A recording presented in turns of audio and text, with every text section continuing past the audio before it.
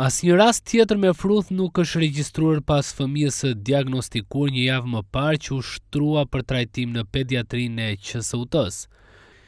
ISHP-ja sqaron se rasti është izoluar pasi fëmia i ardhur nga jashtë Shqipërisë nuk frekuentonte qerdhet, çka ka bërë edhe ndërprerjen e zinxhirit të transmetimit të virusit, ndërsa prindrit e tij janë të vaksinuar. Fruthi është sëmundje ngjitse dhe kryesisht prek fëmijët. Pasojat janë të rënda deri në humbje jete. Ka prindër që refuzojnë të aplikojnë vaksinën MMR tek fëmijët, pasi shpesh e lidhin atë me autizmin. Specialistët e shëndetit publik sigurojnë qytetarët se kjo vaksinë nuk ka asnjë efekt negativ në organizëm dhe apelojnë për marrjen e saj sipas planifikimit kalendarik. Aktualisht mbulesa vaksinale për MMR-n është 92%, por synimi i Ministrisë së Shëndetësisë është që mbulesa të arrijë në 95%, në mënyrë që të bllokohet qarkullimi i virusit dhe të shmangen shpërthimet e mëtejshme.